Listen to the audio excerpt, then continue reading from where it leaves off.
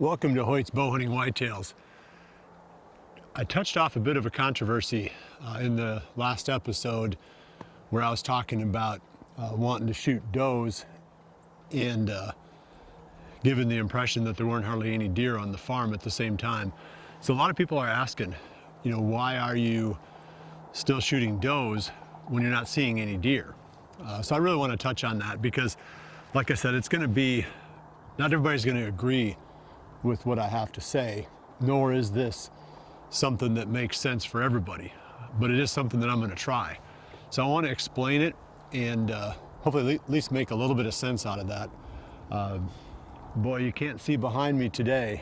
It was funny last time with those deer that ran across the hill behind me, and people noticed it, and I never even saw it when I was editing the video. But we're not going to be able to see them today with this fog. So let's get to the sponsors first.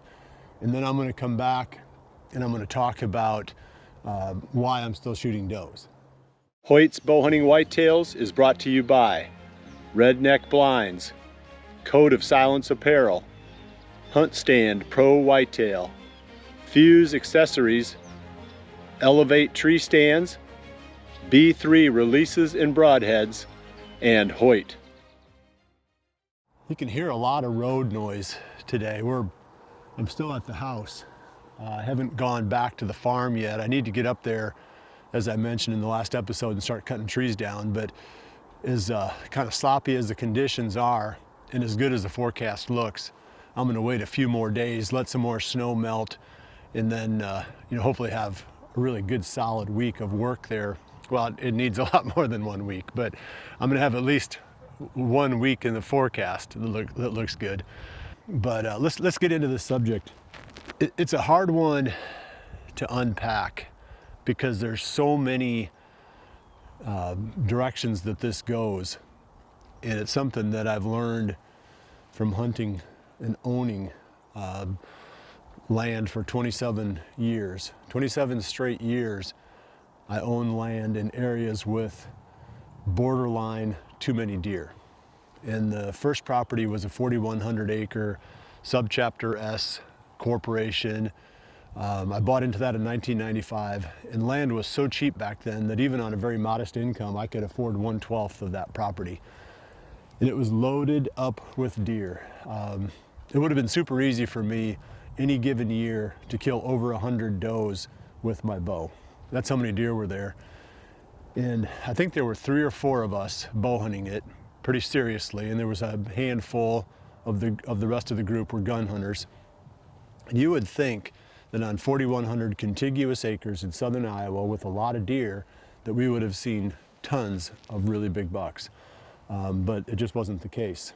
I mean, I saw a few that were over 170. I killed 1 or 2 in nine years of hunting there. A couple of my buddies killed some nice deer. There were some periods in there that were really good, but it usually came, a year or 2 after EHD broke out and thinned the herd down. There was just too many deer. I mean, every time you turned around, there was deer. I mean, I remember one morning sit. You're gonna think I'm lying. One morning sit during the prime time of the rut where I counted 52 different bucks came past my tree stand. They weren't all within bow range. 52 bucks in one morning. So anyway, that's one end of the spectrum. Tons and tons of deer. What did we shoot? We shot nice bucks. We weren't growing giants. Okay, so I moved from there into where the farm that I started to put together was only a mile as the crow flies from that big Subchapter S. So I was benefiting from the overall high population of that entire neighborhood. So the farm, when I bought it, had a lot of deer on it, and it was really hard to farm it. I mean, nobody wanted to cash rent that place because the deer damage was too high. And long story short, I fought the population there for the whole time that I owned it. The only time the population really lagged was right after we had a super bad hit of EHD in 2012. After that, the population was probably where it should have been the whole time. But again, it was just a process of having to stay ahead of the deer. So you're thinking, why is that a problem? Why is it a problem if you have so many deer? Because you're gonna have a lot of bucks, and you're gonna be able to kill a lot of really nice bucks. That's true. And I did kill a lot of really nice bucks. The question is, could those bucks have been even better if they would have had to deal with the stress of that high population density? And I've talked to a number of biologists, Grant Woods being one of the foremost proponents of maintaining a lower deer density to produce the highest quality bucks. I really just kind of want to see if that will work. But here's the problem with this, and here's where I get it. When people say, you know, why are you advocating a low density? Because people shouldn't be shooting all these does if they don't have a lot of deer. Most people shouldn't. You know, and let me sidetrack again. Like I said, there's a lot of moving parts to this. During the time that I was in that subchapter S corporation, one of the other owners was the wildlife bureau chief for the state of Iowa. So he was over the entire wildlife division of the Iowa DNR. His name was Richard Bishop. And Richard and I were good friends. We had a lot of conversations about what he was doing on a statewide level. And it made a lot of sense. His goal was, let's have enough deer here so that we produce enough bucks that even after everybody that wants one gets one, there's still a bunch of them left over to grow a year older. That makes a bunch of sense. You know, from the standpoint of a statewide, large-scale management strategy.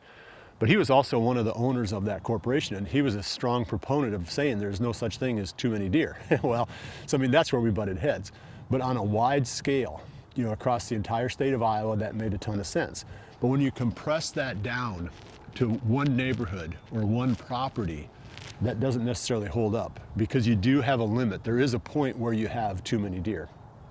Okay, so that's one piece of the puzzle. So if I'm saying, do I advocate this for everybody? I don't, because there are some areas where you would benefit from having a higher density of deer, because you're going to produce more bucks, and then your competition around you, or your the hunting pressure in that area is going to thin out the bucks, which means you got to have a lot of them to begin with, or you're not going to have any at the end of the season. You know, I get that.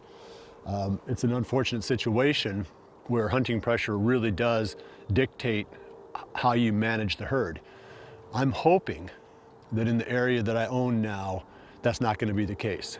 My hope is that I can have a low density, moderate density, and still be able to produce mature bucks, because I don't think the hunting pressure is super high around me. So now it's just going to be a question of what happens, you know, when these deer start to, you know, show up. You know, am I going to see a change in the behavior of my neighbors? And I don't know that. I mean, that's where the experiment is really going to kick in. You know, in the absence of hunting pressure, you only need enough does to produce the number of bucks that you need in order to, you know, keep that funnel filled. Keep, you know, enough bucks in the population to get another year older, so you've got stuff to hunt. It doesn't mean that you have to have as many as you possibly can and try to populate the whole countryside. So that's where it's going to get interesting. That's where this experiment is really going to come to maybe a point of reckoning, where a few years down the road, when I am producing a lot of nice 5- and 6-year-old bucks on this farm, you know, what's happening? And what's happening in the meantime? You know, are the nice 150-inch 3-year-olds making it through, or are they getting shot on the neighboring properties? That's going to be, like I said, the ultimate test of whether my strategy works. If it doesn't, then I'm going to have to bump the number of deer up, because I have to produce more bucks so my neighbors can shoot them, and I still have some, you know, that are going to be, you know, another year older on my farm. So that's where that kind of that balance comes in, and that's where you have to figure out. It's almost like, I remember a biologist told me one time, it's super easy to manage deer. It's really hard to manage people. And that's kind of what this experiment is going to come down to as well. I just want to see, as long as I can, I want to see if I can produce a situation where I have a low to moderate density and super healthy, super high quality deer.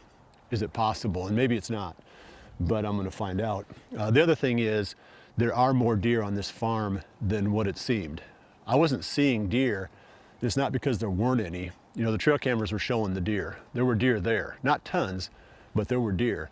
And enough of them where I could have killed, you know, 12 plus does and not had a long-term effect on the population. That would have been like a status quo, like maintaining the density.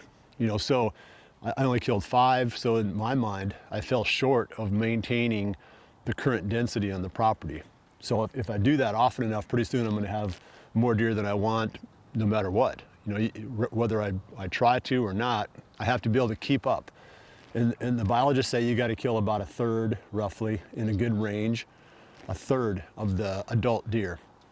So if I'm killing a third of the adult does on that property, for sure I killed 5. For sure there's more than 15. I mean, I know there's, you know, 40, let's say, or 30 some or 40, you know, adult does. Well, I have to kill 12 to 15, you know, just to keep that number. And I didn't. So my herd's going to grow even though I was shooting does. It's a mistake to say I'm going to wait until I've got the number that I want and then I'm going to start shooting them, because you're always going to be a step behind. You're always going to be 1 or 2 years behind that growth. You've got to keep your foot on the brake the whole time. You've got to ease the population up, because otherwise it overshoots and then it's this big battle to try to get it back down again. And like I said, in some areas it doesn't really matter because you're trying to populate the whole neighborhood. I'm not trying to do that. I'm trying to see what can be done on this block that I own. So that's why. I mean, I know it caught people kind of funny that I was shooting does when I wasn't seeing any deer, and I was sorry that I couldn't have killed more. It's because I know they're there, and I know what it takes to maintain a population, and I am trying to hold this one. You know, I don't want this to get away. Eventually I'll let the population ease up. It's going to do it anyway. Like I said, I mean, I fell behind the quota this year. So, you know, little by little the population is going to come up. I just don't want it to be, I don't want to be back where I was, where I've got to kill every year. I'm just feeling this pressure to get the herd down. I can't grow any crops in the fields, and the farmers are mad at me, and my food plots are, you know, completely gone by the middle of the summer. I mean, that's no good either. So you got to find that balance. And then one last thing, it's more fun now for me to hunt deer in a lower or moderate density situation. For 27 years, I hunted deer where the population was high. And that's, like I said, that's really cool. I mean, you get to see a lot of deer, but it's not super challenging, let's say, because the deer are stressed and they're hungry, and every day they're coming out looking for food, and they're pretty easy to kill, to be honest with you.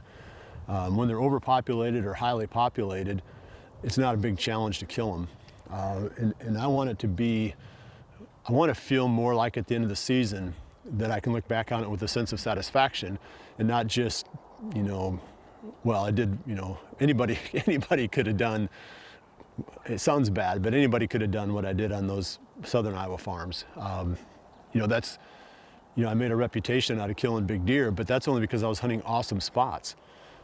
It's going to be fun to see what I can do and what the challenge is going to be if I can keep the population lower and still have some success. So that's kind of the goal. I mean, I'm old enough now that I don't really care if I kill, you know, 3 or 4 big deer every year and people are, you know, clapping their hands for me. I just want to go back to hunting for the sheer joy of hunting. And for me, the sheer joy of hunting, you have to have some challenge. The outcome, if the outcome is only dictated by, you know, it's going to happen regardless, you know, on really great properties, you're going to fall into that situation. But if the outcome is more dictated by how well I execute, I think I'm going to feel better about it in the end. That's it. You know, agree with it or don't agree with it, it doesn't really matter to me, to be honest with you. I'm going to do it the way I want to. And I might be wrong. In fact, you know, I'll probably prove this, that I'm wrong. But this is my one chance to find out, because I've never owned a property that had such a low density as a starting point that I have this chance. We'll see if it works. I appreciate you watching along, and hopefully we can take this journey together. Well, thanks for joining me today. I'll see you right back here soon for another episode of Hoyt's Bowhunting Whitetails. And remember to always dream big.